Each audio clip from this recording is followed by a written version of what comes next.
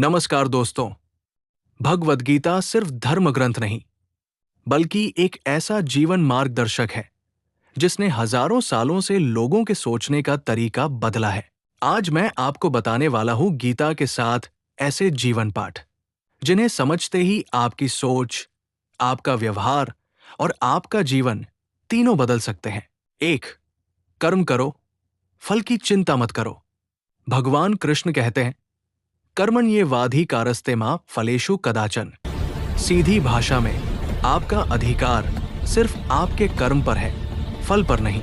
जब इंसान परिणाम के डर से काम करता है तो मन उलझ जाता है, लेकिन जब वो पूरी निष्ठा से काम करता है और फल की चिंता छोड़ देता है, तभी मेहनत का असली असर दिखता है।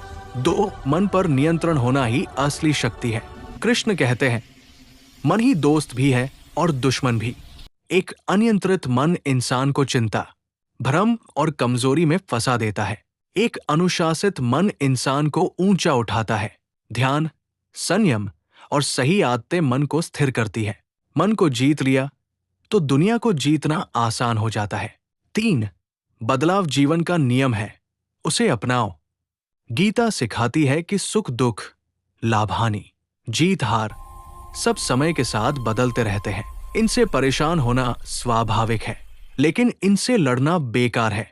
बदलाव को स्वीकार करने वाला इंसान जीवन में हल्का और मजबूत दोनों बनता है। 4. निस्वार्थ कर्म सबसे बड़ा योग है।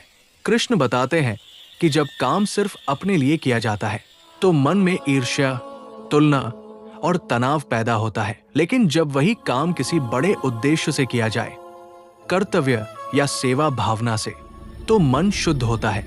यही है कर्मयोग। बिना लालच, बिना अपेक्षा, सिर्फ कर्म। 5. अपनी असली पहचान को पहचानो। गीता में कहा गया है कि आत्मा न जन्म लेती है न मरती है। मतलब आप सिर्फ शरीर नहीं है, आपका असली रूप स्थिर, शांत और अडिग है। जब इंसान ये पहचान लेता है कि वो बाहरी परिस्थितियों से बड़ा है, तब समस्याओं का प्रभाव कम हो जाता है। असली ताकत भीतर है, बाहर नहीं। 7. हर स्थिति में कर्तव्य मत छोड़ो।